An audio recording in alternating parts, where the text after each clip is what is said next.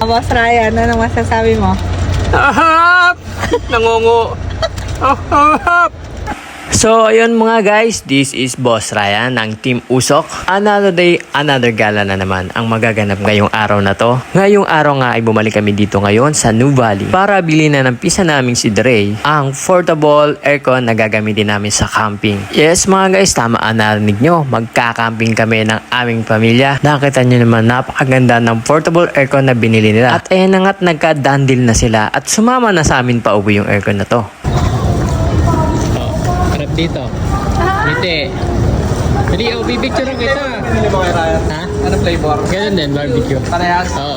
Sarap eh. Sarap eh. Itong popcorn na to. Sarap to, walang tamis. Tingin. Walang tamis. Ito, nakakabuti ka. Hoy, gusto mo yan? Ito yan, barbecue. Boss Ryan, layas. Ayan guys, bumalik kami dito sa New Valley Si Liam, hawakan. para bumili sila hindi tayo.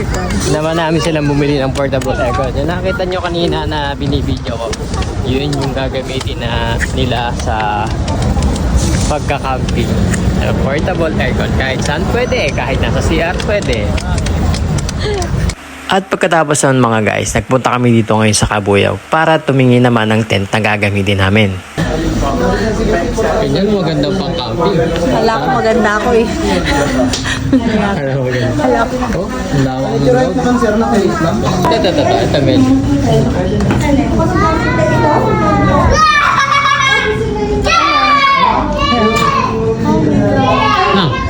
Tawa ka na. Ang ganda.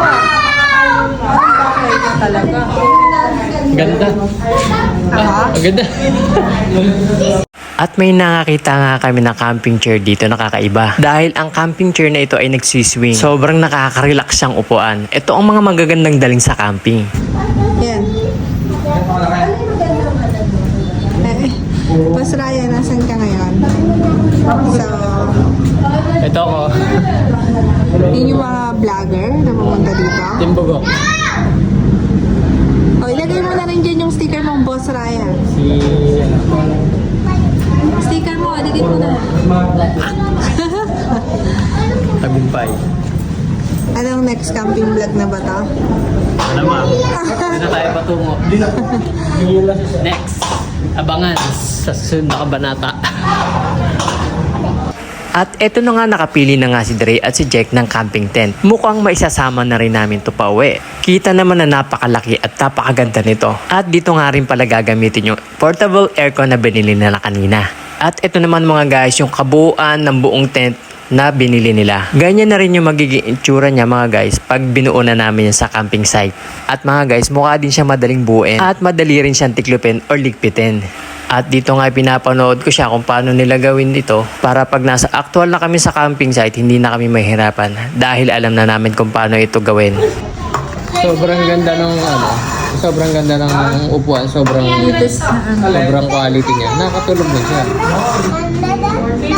Bili na kayo dito kasi comfy talaga yung mga camping chair nila dito.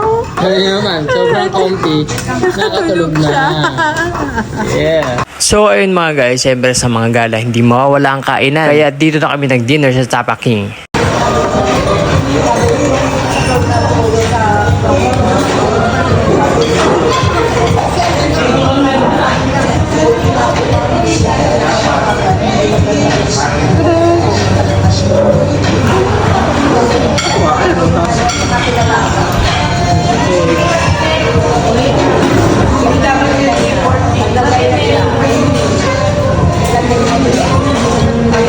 At eto nga't nakita namin na may Subway pala dito. Sobrang tagal ko nang gustong matikman kung anong lasa talaga nitong Subway na ito. Lagi ko kasi itong napapanood sa mga Korean novelang napapanood namin. At sa wakas matitikman ko na rin ang sandwich dito sa Subway. Medyo nagkakalituhan pa nga kami kung paano umorder dahil first time namin to. So kaya inalam na lang namin kung anong bestseller nila At yun ang in-order namin.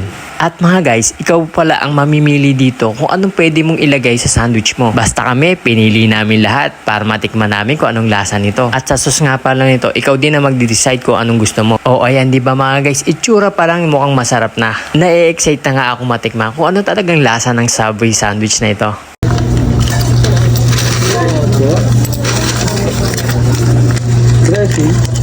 Isang bagay ito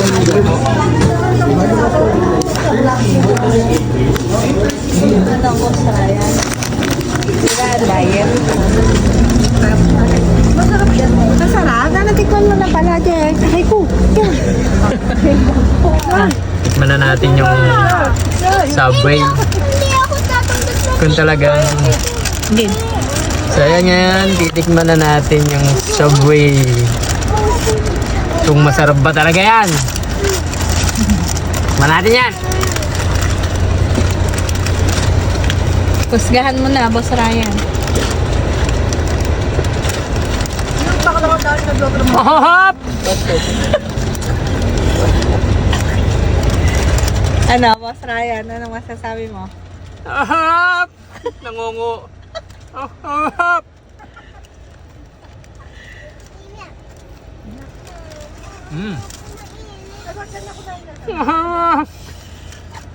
Sarap pala. Masarap. Ayun guys, tikman na natin ang Subway.